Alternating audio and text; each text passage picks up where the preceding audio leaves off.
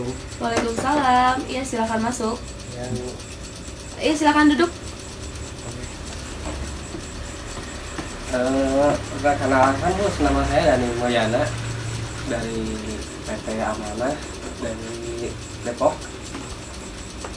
Ya, perkenalkan nama saya Aulia Septianti Putri. Saya di sini selaku konselor yang akan memandu sesi konseling. Kalau boleh saya tahu, ada keperluan apa ya? Saya mau konsul ya Bu, soal perihal dari pekerjaan saya. Memangnya pekerjaan kamu itu seperti apa? Dari kerjaan saya tuh kayak ya ada banyak ketoksikan kayak gitu Bu. Ketoksikan seperti apa yang kamu alami? Dari perihal kerjaan saya mungkin dianggap sama majikan saya, sama bos saya, anggapan orang lain tuh kayak anggapan karyawan yang lain, anggapan tim, saya dianggap anak emasnya bos saya. Jadi seakan-akan mereka itu iri loh. Nah dari situ saya kayak gimana sih, kepikiran, ada ucapan-ucapan yang kurang enak, kerja jadi nggak konsentrasi. Nah gimana gitu, jalan keluar buat saya. Oke, sebelumnya apakah bos kamu ini sudah melakukan keadilannya kepada karyawan yang lain juga? Udah, sejauh ini udah. Sudah. Berarti bos kamu, walaupun menjadikan kamu sebagai anak emasnya, bos kamu tetap memperhatikan keadilan bagi seluruh karyawan yang ada di situ. Iya. Oke. Pernahkah bos kamu itu melakukan briefing di antara semua karyawan, dan di situ bos kamu itu istilahnya memberikan sebuah motivasi untuk karyawan-karyawan lainnya agar mereka bisa menjadikan kamu itu tauladannya karena kamu rajin, mungkin karena kamu tanggung jawab, terus juga amanah gitu. Apakah pernah memberikan seperti itu bos kamu? Pernah. Lalu respon karyawannya seperti apa? Karyawan yang lainnya? Ya mungkin sikap mereka yang kurang dewasa, jadi seolah-olah kayak anak kecil gitu Bu. Oke. Berarti di sini soal dari sikap ya? Dari sikap. Memang saya akui setiap orang bisa bertambah umur, tapi tidak semua orang bisa bersikap dewasa. Karena untuk penentunya dewasa itu tidak dilihat atau diukur dari seberapa muda atau seberapa tuanya umur mereka, tapi tentang bagaimana perilaku serta pola pikir mereka untuk menghadapi segala kehidupan. Itu yang disebut dewasa. Dan untuk perihal yang Dani sebutkan tadi, apakah Dani pernah nggak melakukan suatu kesalahan yang tidak Dani sengaja kepada mereka mungkin? Atau yang Dani ya pernah melakukan kesalahan tapi Dani lupa kesalahan apa sih yang pernah saya perbuat ke mereka sehingga mereka bisa bersikap seperti itu? Pernah nggak? Ini mungkin yang saya rasa cuman ya bergurau biasa gitu Bu, cuman dari bergurau itu tapi saya tetap profesional dengan pekerjaan saya juga. Dari kerjaan sama bergurau itu ya pas waktu jam-jam istirahat gitu. Oke. Dan untuk Dani katanya bergurau ya, dalam artian bercanda ya. Dalam bercandanya Dani ini pernah nggak melontarkan perkataan dari mulut Dani ini seolah-olah kayak mengejek mereka, menjuliti mereka, menjelekkan mereka, atau Dani tuh ya merasa kayak seperti itu. Pernah nggak melontarkan gurauan seperti itu? Ya mungkin menurut Adani itu hanya sebuah gurauan, bercandaan, tetapi kan kita memiliki pandangan yang berbeda terhadap orang yang sedang diguraukan, sedang dipercayai oleh Dani, entah dia menerima atau tidaknya. Entah itu dia menerima, ya alhamdulillah. Kalau dia tidak menerima, ya dia mungkin akan sakit hati, menyimpan dendam, menyimpan iri, dengki terhadap Dani gitu. Apakah pernah melakukan hal tersebut? Mungkin kebelakangan ini saya merasa pernah, mungkin ya, orang namanya manusia pasti ada salahnya ya. Iya. Lanjut. Tapi jauh itu kan saya juga udah minta maaf juga. Terus dari segi pelajaran yang dari belakang, saya udah minta maaf juga sama mereka. Saya udah ngerubah segalanya. Mungkin jauh ini udah saya lakukan. Tapi tanggapan mereka, terus sikap mereka seolah-olah masih kayak belum puas aja gitu, masih terus aja berjalan. Jadi saya kerjaan sekarang tuh kayak gimana ya, kayak kurang fokus gitu loh, Bu. Oke, baik. Tapi pernah nggak mereka melakukan ketoksikannya ini sampai membuat Dani rugi? Enggak sih. Enggak. Iya. Atau istilah katanya ketoksikannya masih dalam tingkatan biasa ya? Iya. Masih dalam tingkatan biasa, belum, istilah katanya belum level tinggi untuk ketoksikannya itu.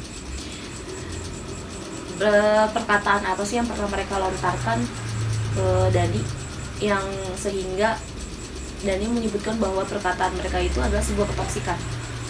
Ya, gimana ya? Mungkin kayak sebatas diri, terus hampir istilahnya mau menjatuhkan saya di depan umum.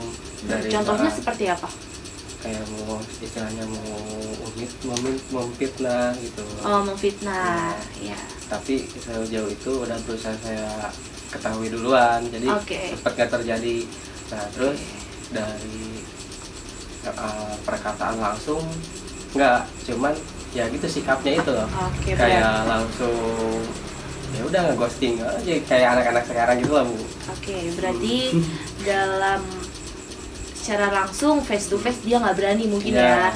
Mungkin dia nggak berani, berarti dia bisanya hanya menjatuhkan dari belakang, gitu. memfitnah dari belakang, seolah-olah mereka tidak tahu apa kalau sebenarnya Dani tahu sudah difitnah. Nah, gimana, Bu? Jadi kayak saya juga kayak kepikiran gitu loh, Bu. Kayak tiap malamnya kepikiran, terus tidur, terus kerjanya jadi nggak fokus. Tapi benar ya, Dani tidak pernah bergurau yang kelewatan batas? Sejauh ini belum pernah lagi sih, Bu. Kalau ke belakang kayak pernah saya akuin kesalahan. Pernah. Tapi setelah bergurau seperti itu, Dani sudah meminta maaf kepada mereka? Sudah, alhamdulillah. Sudah, dan mereka memaafkan? Memaafkan juga. Memaafkan. Mungkin saya ingin menyampaikan apakah perlakuan Dani di masa lalu yang bercanda terlalu berlebihan kepada mereka, apakah tindakan Dani ini salah atau benar? Salah sih, Bu. Salah? Iya. Salah ya? Nah, ketoksikan mereka itu bisa saja terjadi pada kejadian masa lalu. Di saat Dani bergurau, bercanda, terlalu berlebihan kepada mereka, walaupun Dani sudah meminta maaf, belum tentu hatinya memaafkan. Bisa saja itu hanya perkataan mulut saja, melontarkan, iya saya memaafkan kamu, tapi belum tentu dari hatinya, karena kita nggak pernah tahu hati seseorang itu. Jadi ketoksikan yang Dani alami sekarang, mungkin saja luka mereka di masa lalu tentang perkataan Dani kepada mereka itu masih tergores sampai sekarang. Masih mengingatnya seperti itu. Jadi perlakuan Dani atau kejadian di masa lalu yang Dani pernah alami dengan mereka masih mereka bawa sampai saat ini. Mungkin mereka masih merasa sakit hati Karena kan memang rasa sakit hati itu susah untuk dilupakan, dan itu memang jangka waktunya itu butuh bertahun-tahun. Bahkan ada rasa sakit hati yang nggak pernah bisa dilupakan sama sekali atas kejadian apa yang menimpa si manusia itu gitu. Dani pernah berpikir gak kalau yang di sekarang nih, ada Dani yang sekarang sudah melakukan yang terbaik untuk mereka? Sudah merubah diri Dani menjadi lebih baik? Sudah. Berarti Dani sekarang sudah berubah jadi yang lebih baik kepada mereka. Tapi Dani berpikir, kenapa mereka masih toksik? Iya, masih kayak gini ya, ya, kan? sikapnya gitu loh, Bu. Jadi itu karena sakit hati mereka di masa lalu dengan perkataan tadi itu masih tergores di hatinya. Makanya mereka membawa semua itu sampai sekarang. Karena apa yang di kitab manusia peragakan dari sikap itu sesuai dengan isi hatinya. Dengan ibaratkan gini, ketika Dani suka dengan sebuah bunga, ya kan? Dani di dalam hatinya, wah, suka nih sama bunga itu. Dan Dani memperagakan dengan mimik wajahnya, mengekspresikan bahwa wah, suka, bagus gitu. Terus kita melakukan aktivitas yang kita lakuin apa? Misalkan kita memetik bunga itu, kita mencium aroma bunga itu yang harum. Itu kan semua didasari dengan apa? Kesukaan yang ada pada diri, yang ada pada hati juga, ya kan? Betul? Apakah pemeragaan saya bisa ditangkap oleh pemikiran Dani? Saya rasa belum. Ya. Lantas harus kayak gimana nih? Gitu. Jadi kejadian masa lalu itu dengan perkataan Dani yang bergurau terlalu berlebihan kepada mereka membuat hati mereka tergores, ya kan? Membuat hati mereka tergores. Mereka sakit hati, kecewa sama Dani. Dani meminta maaf kepada mereka. Dani memang benar-benar niat meminta maaf kepada mereka. Tapi kita nggak pernah tahu hati seseorang itu ikhlas untuk memaafkan kita atau enggak. Meskipun mulut berkata, iya saya memaafkan kamu, tapi belum tentu hati mereka memaafkan. Karena sulit mengetahui hati manusia yang sesungguhnya. Seperti itu. Dalam artian, hati mereka masih tergores sampai sekarang. Maka dari itu, sampai detik ini pun mereka masih melakukan ketoksikannya kepadanya. Jadi saya berarti kesimpulannya saya tetap aja harus berbuat baik aja ya, Bu? Iya, tetap berbuat baik. Tapi saya ingin menanyakan, Dani ini orangnya ekstrovert atau introvert sebelumnya? Introvert sih. Introvert berarti lebih banyak menyendiri dan pendiam ya? Lebih banyak menyendiri dan pendiam. Oke. Untuk sifat introvert ini memang agak sulit untuk bergaul. Sulit untuk bergaul. Terus sekalinya bergaul itu nggak kayak langsung dar aja. Sulit untuk bersosialisasi, ya kan? Sulit untuk di tempat keramaian. Jadi seorang introvert ini memang kebahagiaannya itu adalah menyendiri.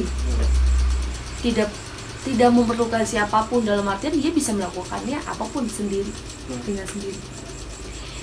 Tapi pada dasarnya kita sebagai makhluk sosial tidak bisa memungkiri bahwa kita juga butuh manusia lain. Dalam artian hari ini Dani berkonsultasi dengan saya. Dalam artian Dani membutuhkan saya. Ya. Dan di sini sifat introvert Dani itu berubah seketika menjadi extrovert. Karena apa? Karena Dani sudah bersosialisasi dengan saya, sudah berkomunikasi dengan saya, bercerita dengan saya, ya. Nah, untuk hal ini mungkin Dani kedepannya bisa menerapkannya di kehidupan sehari-hari, step by step, berproses. Dekati teman-teman Dani, dekati teman-temannya, berbaur, ngobrol, tanya, bro, lu gimana kabarnya, sehat? Gimana pekerjaan lu? gimana udah pada makan belum gitu. Istilah katanya basa-basi, berucap basa-basi untuk menanyakan, sesekali berbaur boleh, jangan terlalu introvert. Saya tidak menyalahkan seseorang yang introvert, tidak. Saya juga tidak pernah menyalahkan seseorang yang sangat ekstrovert, tidak. Semua manusia pasti mempunyai sifat dan karakter masing-masingnya. Tapi apa salahnya kita menerapkan dalam diri kita bahwa gue emang introvert, tapi gue harus bisa bersosialisasi dengan baik kepada sesama. Dalam artian gue itu hidup nggak sendirian, gue itu hidup butuh orang lain. Dalam artian gue nggak bisa sendirian, gue tetap butuh orang lain. Dalam artian ya berdampingan gitu. Paham? Jadi selama ini setelah kejadian masa lalu itu sampai saat ini pun Dani jarang ngobrol ya dengan mereka. Jarang. Oke, kan? Karena sifat introvertnya itu. Jadi Dani jarang ngobrol dengan mereka, ya membuat mereka mungkin kayak sikap bercandanya saya itu jadi masuk langsung ke hati ya, Bu. Iya, betul. Jadi kayak seolah-olah dia kayak beneran banget itu ngejek apa. Iya, betul. Seperti itu. Dani paham sekarang? Ya. Ayo, paham. Nah, ditambah lagi sekarang setelah kejadian masa lalu itu, tambah lagi sekarang dengan sifat Dani yang introvert kepada mereka. Seperti itu. Sifat Dani yang introvert ini membuat mereka semakin, wah ternyata benar nih perkataan yang di masa lalu, dan itu berarti seperti itu nyata gitu ya. Iya, bukan bercanda gitu. iya betul. Jadi kayak mencerminkan gitu loh.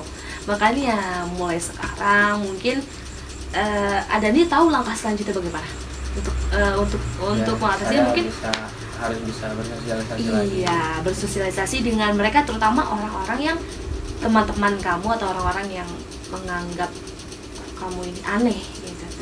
Iya, mereka menganggap kamu aneh, jujur. Mereka menganggap kamu aneh karena apa? Kamu bergurau, tapi menurut mereka itu asli. Ditambah sifat kamu yang sekarang. Gitu. Nah, kamu harus bisa merubahnya itu.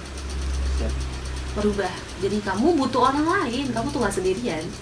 Sama artinya kamu butuh saya butuh kamu, seperti itu. Jadi kamu harus merubahnya, ya.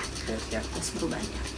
Jadi kamu planning kamu ke depannya bagaimana? Saya harus bisa beradaptasi dan mungkin harus bersosialisasi lagi sama lingkungan, teman-teman. Ya, jangan terlalu pendiam ya, jangan terlalu introvert, karena ya kita kan sejujurnya tidak bisa dipungkiri bahwa kita itu makhluk bersosialisasi, makhluk bersosial. Kita nggak bisa hidup sendirian tanpa orang lain. Kita pasti tetap membutuhkan orang lain, bagaimanapun senangnya kita, sulitnya kita, susahnya kita berada di atas, kita berada di bawah, tetap kita butuh orang lain untuk mendampingi kita. Berarti Dani mengakui bahwa Dani ini salah atau tidak? Ya, salah. Kejadian di masa lalu salah. Kejadian di masa sekarang salah. Jadi mungkin perubahannya terlalu cepat juga ya. Soal bersosialisasi kurang, tapi udah meminta maaf, mungkin sosialisasinya lagi harus lebih ditingkatkan lagi. Nah, betul. Sosialisasinya lebih ditingkatkan lagi, karena kata maaf itu semua orang bisa memaafkan, semua orang bisa melontarkan kata maaf. Tetapi semua tetap yang dipandang manusia, yang dipandang oleh kasat matanya manusia adalah tingkah laku atau perilaku kita, sikap kitanya, cara menghargai dia, cara menghormati sesama, cara mengakui sesama manusia lain. Dalam artian kita harus bisa memanusiakan manusia. Ya, percuma kita, istilah kata nggak ada percuma untuk kata maaf, tapi alangkah baiknya kata maaf dibarengi dengan cara kita memanusiakan manusia dengan baik. Seperti itu. Mungkin kata maaf Dani sudah cukup ya, sudah dari hati nurani, tapi kan Dani mungkin belum bisa sosialisasinya belum. Iya, dalam artian Dani belum bisa memanusiakan manusia. Ya kan? Iya. Berarti tindakan Dani yang sekarang salah atau betul? Mungkin kurang tepat. Ya. Harus diperbaiki lagi. Iya. Yang kalau untuk kedepannya mungkin saya akan tingkatkan apa anjuran dari ibu juga. Baik. Insya Allah kalau memang kita bisa menghargai, menghormati manusia lain, kita bisa mengapresiasi usaha orang lain juga walaupun sekecil apapun itu, kita bisa memanusiakan manusia lain ya.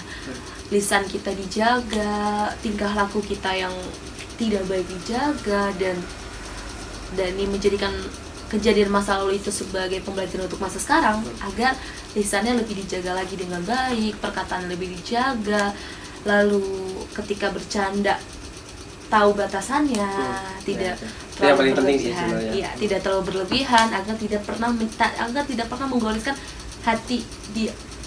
sakit hati orang lain gitu. Seperti itu. Jadi insya Allah lambat laun kalau misalkan Dani bisa menerapkannya itu di kehidupan dari sehari-hari, step by step, insya Allah semua ketoksikan yang Dani rasakan ini lama kelamaan akan sirna, nggak ada. Mudah-mudahan ya Bu. Iya, pasti harus optimis. Maaf ya Bu, lagi pilek. Iya, nggak apa-apa. Kita harus tetap optimis bahwa langkah-langkah kita selanjutnya yang terbaik untuk kita. Keputusan Dani saya rasa sudah tepat, Dani sudah mengerti ya. Dengan keputusannya saya mendukung keputusan Dani tersebut supaya Dani bisa berubah menjadi yang lebih baik lagi.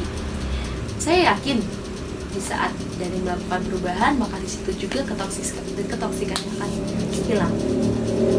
Dan Dani dan teman-teman Dani akan merasa bahwa mereka diakui keberadaannya, mereka dimanusiakan oleh Dani, gitu. Mereka dihargai oleh Dani, dihormati oleh Dani, mereka dirangkul semua oleh Dani. Karena Dani kan dalam artian dipakai sama bos. Iya, dipakai sama bos. Jadi Dani juga harus mencerminkan nggak hanya sikap keprofesionalannya untuk bekerja, tapi Dani bersikap profesional terhadap semua kehidupan yang tim juga, semua kehidupan yang Dani jalani. Profesional terhadap diri sendiri, profesional terhadap keputusan Dani sekarang untuk langkah selanjutnya, keputusan untuk memanusiakan manusia. Profesional dalam hal pekerjaan, dalam kehidupan, dalam beragama, bersosialisasi dan memanusiakan manusia. Mengajaknya juga jangan terlalu memaksa juga kali ya Bu. Iya, mengajaknya juga boleh mengajak. Tapi ya, kita ada niatan baik untuk mengajak mereka untuk berubah menjadi lebih baik. Tapi kan ada manusia yang gampang untuk diajak, tapi ada manusia yang sulit untuk diajak. Nah, bagaimana caranya Adani itu untuk tetap terus mengajak dengan cara tidak memaksa, ya, dengan cara tidak memaksa. Karena kita juga sebagai manusia gak boleh memaksakan kehendak mereka. Kalau mereka tidak mau ya tidak mau. Kita nggak boleh memaksakan apa yang tidak harus kita paksakan gitu loh. Ya kan, dalam artian Dani nggak suka jengkol, ya, makanan jengkol. Tapi orang tua Dani memaksakan bahwa Dani suka jengkol, dan di situ Dani merasa apa? Merasakan apa? Tertekan. Tertekan kan? Nah, sama artian dalam mengajak orang lain seperti itu. Paham? Paham insya Allah. Jadi semua juga butuh proses. Mengajak seseorang juga ajaklah dengan cara yang baik. Jangan terlalu memaksakan kehendak, karena kan setiap manusia mempunyai hak dan kewajibannya tersendiri. Mereka berhak melakukan apapun yang mereka mau, yang mereka sukai. Dan begitu pun Dani. Dani berhak melakukan apa yang Dani sukai, dan berhak melarang apa yang tidak Dani sukai, mengerem apa yang tidak Dani sukai, seperti sama halnya kayak mereka. Jadi jangan seolah-olah Dani itu mengajak mereka, yang mereka harus nurut sama Dani. Enggak gitu, ya. Jadi Dani sudah tahu langkah selanjutnya seperti apa. Keputusan Adani ini sudah bulat untuk bisa merubahnya. Insya Allah bisa. Apakah ada yang masih mengganjal di hati Dani? Saya rasa udah cukup ya Bu. Sudah cukup, mungkin sudah terjawab semua. Sudah terjawab semua. Berarti sudah tidak ada keraguan lagi, kebingungan lagi. Enggak, yang terpenting saya sekarang udah tahu jalan keluarnya, mungkin sudah tahu kesalahan Dani juga, ya. sama mungkin peningkatan bersosialisasinya lagi. Iya, Ya, meningkatkan ya itu sosial. sih yang bikin kepikiran saya itu kayak gitu doang. Iya. Gimana? Dani sudah mulai lega? Alhamdulillah udah Bu. Sudah. Jadi overthinkingnya Dani selama ini itu akibat Iya. dari kurangnya bersosialisasi itu mungkin tanggapan orang jadi kaget ya. Dan itu karena kan Dani kan orangnya juga, saya simpulkan bahwa Dani itu orangnya gampang kepikiran Iya. dengan hal-hal kecil apapun gitu kan. Iya, Nah salah benar. satunya ini mungkin menurut mereka tuh biasa aja gitu. Menurut mereka yang melakukan itu biasa aja, mungkin Dani menganggap bahwa mereka toksik. Karena apa? Karena Dani kurang punya bersosialisasi, kurangnya mengenal diri mereka gitu. Dan mereka kurang mengenal diri Dani. Yang mereka tahu Dani hanya diemaskan sebagai anak emas, dan yang Dani tahu Dani anak emas gitu. Diprofesionalkan tapi Iya. nggak bisa memprofesionalkan yang Orang lain. Betul gitu. Dalam artian ya bos sudah mempercayai Dani sudah bagus menjadi istilah katanya tangan kanannya bos, anak emasnya bos. Dalam artian Dani harus bisa lebih sikap profesional lagi terhadap semuanya. Tidak hanya soal pekerjaan aja, tapi hal-hal lainnya juga harus dicampur adukan dalam kehidupan Dani. Dan Dani juga harus lebih giat lagi bekerjanya, harus lebih teliti lagi, tekun, bersungguh-sungguh. fokus aja ya Bu. Iya, bukti Hanya nggak usah dipikir aja yang nggak perlu dipikirin hal-hal seperti itu. Memang di setiap pekerjaan selalu ada hal-hal yang tidak mengenakan untuk kita, tidak membuat kita enak gitu. Karena zaman sekarang istilah katanya banyak orang yang bersaing secara sehat maupun tidak sehat, dan itu kita nggak perlu memikirkan sampai sedetail itu. Walaupun Dani adalah sosok yang pemikir tetap pikiran, tapi ya buat apa gitu kita Nah, mikirin. itu mah anggap angin lalu aja ya. Iya, mikirin hal-hal yang nggak seharusnya kita pikirin gitu, cuma nambah-nambah riungan di kepala, beban di kepala gitu kan. Ujung-ujungnya kita drop, sakit, kita nggak bisa bekerja, kita nggak punya uang, misalnya kayak gitu ya. Di kepala kita juga yang seharusnya kita memikirkan hal-hal yang lainnya, hal-hal yang positif. Karena dengan kejadian itu di pikiran kita bercampur aduk dengan hal overthinking, pesimis, negatif gitu. Jadi yang pikiran kita yang positif untuk kedepannya itu terkalahkan oleh hal-hal yang overthinking seperti itu. Ya overthinking juga itu dibuat karena rasanya pesimisnya seseorang kayak gitu. Apakah masih ada pertanyaan lagi atau ada yang mau ditanyakan lagi oleh saya? Udah kayaknya Bu, cukup. Sudah cukup. Sekarang alhamdulillah saya agak legaan dikit sih. Ya berarti mungkin yaitu kesimpulannya yang tadi saya ucapkan. Selebihnya terima kasih ya Bu udah bisa menerima curahan dari perasaan saya langsung. Iya, sama-sama. Tapi saya bersyukur karena saya bisa memberikan perubahan kepada Dani. Mungkin sebelumnya Dani merasa konseling dengan saya, Dani merasa bahwa overthinking, khawatir berlebihan dan lain sebagainya, pesimis, terlalu berlebihan, yang membuat hidup Dani itu tidak tenang. Melangkah pun jadi tidak tenang. Ya betul. Mengganggu segala aktivitas Dani, mengganggu pekerjaan, aktivitas sehari-hari, dan pemikiran Dani. Dan itu adalah salah satu ujian di dunia pekerjaan seperti itu, dan memang Dani harus bisa menanggulanginya dengan baik gitu. Sekarang Dani sudah mulai lega ya. Alhamdulillah. Sudah mulai lega. Apakah ada yang ingin Dani sampaikan untuk orang-orang di sekitar Dani? Pesan Dani untuk orang-orang di sekitar Dani dan orang-orang yang Dani sayangi. Saya rasa itu cukup ya Bu, soalnya mungkin ini pribadi saya juga ya. Oke. Berarti itu kesimpulan saya itu harus merubah sikap saya aja, nggak harus semua orang tahu. Mungkin ya itu mah urusan saya sama ibu aja ya Bu. Iya, memang memang betul seperti itu Dani.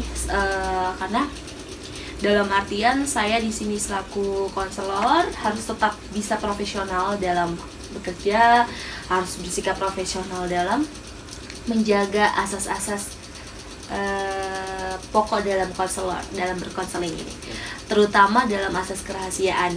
Dalam asas kerahasiaan ini dalam artian rahasia Dani tentang ceritanya Dani, keluh kesahnya Dani itu cukup saya dan Dani saja yang tahu. Saya simpan rapat-rapat, rahasianya tidak ada satupun orang yang mengetahui atau tidak ada satupun saya membocorkan rahasia. Karena dalam asas kerahasiaan itu ada sumpah yang sudah dilakukan oleh seorang konselor sebelum dia menjadi konselor, gitu. Ya, seperti itu. Jadi Dani tenang saja, semua yang Dani ceritakan kepada saya itu aman, tidak bocor sedikit pun. Terkecuali jikalau suatu saat nanti salah satu keluarga Dani itu ingin mengetahuinya, tetap saya tidak akan memberikan sebelum saya mendapat izin dari Dani. Seperti itu. Jadi saya akan berkonfirmasi terlebih dahulu kepada Dani keluarganya ada yang ingin tahu. Jika dan iya, maka saya akan memberitahu. Jika Dani menjawab tidak, saya tidak akan memberitahu. Terus kayak nggak usah aja ya. Iya, nggak usah. Nggak usah aja. Iya, nggak perlu ya. Iya. Ya, tidak perlu Itu, berarti. mungkin itu kepribadian saya harus dirubah saja. Oke, berarti tidak perlu dikomunikasi lagi kepada lain ya. Hanya saya dan dari saya yang mengetahui. Iya. Ya. Untuk motivasi saya, pesan saya kepada Dani, Iya. jangan pernah berputus asa, jangan pernah menyerah atas segala ujian yang kamu hadapi saat ini. Baik sesulit-sulit apapun kamu, tetap Tuhan tidak akan pernah menjatuhkanmu sejatuh-jatuhnya. Tuhan tidak akan pernah merendahkanmu serendah-rendahnya. Walaupun orang lain menganggap kamu rendah, walaupun orang lain menganggap bahwa kamu tidak bisa mencapai apa yang kamu harus capai, tapi tidak di mata Tuhan.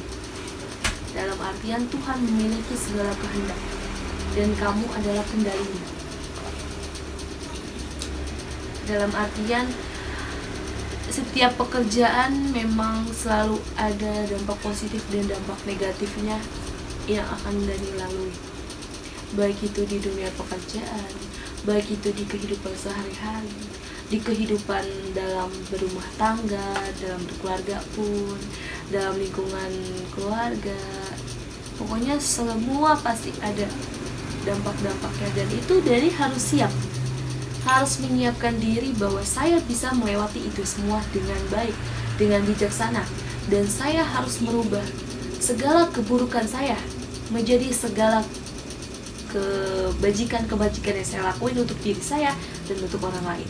Dan jangan lupa, kita tetap harus mencintai diri sendiri.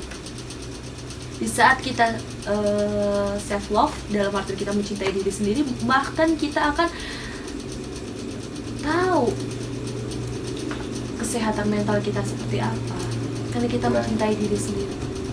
Ketenangan apa sih yang kita harus lakuin dalam kehidupan sehari-hari? Memang kita tidak perlu mencintai orang lain terlalu dalam, tanpa kita sadari kita tidak pernah mencintai diri sendiri. Dalam alhasil kita melukai diri kita sendiri. Sampai sendiri. Iya, kita melukai diri sendiri. Dan untuk sikap Dani yang introvert mungkin bisa dirubah ke depannya agar lebih meningkatkan lagi sosialisasinya, bergaulnya, bercengkrama dengan teman-teman, ya, berdiskusi, bercanda, tapi ingat bercandanya tidak berlebihan ya. Jadikan masa lalu sebagai pembelajaran untuk di masa sekarang, oke? Siap. Apakah Dani bersedia menerima segala motivasi dan pesan dari saya? Saya siap. Ya, bisa diterapkan di dalam kehidupan selanjutnya? Insya Allah bisa. Saya berusaha pasti berusaha. Oke. Keputusan dari sekarang saya akui putusan yang sangat hebat. Ya, putusan yang hebat. Karena apa? Dani sudah hebat mengakui kesalahannya. Kesalahan di masa lalu dan kesalahan di masa yang sekarang. Ya. Oke, baik. sudah tidak ada lagi yang dibicarakan, adanya sudah lega, dan saya pribadi pun merasa senang karena alhamdulillah saya bisa mengatasi permasalahan yang sedang dihadapi saat ini. Kalau begitu saya akhiri sesi konseling ini. Terima kasih Dani sudah mempercayai saya tidak sebagai seorang konselor ya, tapi sebagai teman curhat Dani. Dan saya juga harus bisa bersikap profesional dan menjaga asas kerahasiaan ini. Saya minta maaf jika ada perkataan dari saya yang kurang berkenan di hati Dani, atau dari sikap perilaku saya yang kurang berkenan. Saya mohon dimaafkan ya, karena sejatinya manusia tidak memiliki kesempurnaan ya, kesempurnaan hanya milik Tuhan. Terima kasih sudah mempercayai saya sekali lagi. Terima kasih ya Bu. Ya, sama-sama. Saya udah merasa lega banget sekarang. Alhamdulillah, saya merasa senang. Kalau begitu, jika nanti suatu saat Dani memerlukan saya lagi, silahkan datang. Oke, siap. Tidak perlu sungkan-sungkan, ya? Tidak perlu sungkan-sungkan. Anggap saja rumah sendiri. Oke? Anggap saja rumah sendiri. Kita teman curhat ya. Jadikan saya sebagai teman curhat, bukan sebagai seorang konselor. Oke, makasih ya Bu. Sama-sama. Selebihnya. Ya. Assalamualaikum. Waalaikumsalam. Sesi konseling telah berakhir. Maaf apabila pada video konseling tersebut masih banyak kekurangan dan belum cukup memenuhi kualifikasi konseling dengan baik dan benar, mohon dimaklumi. Thanks for watching.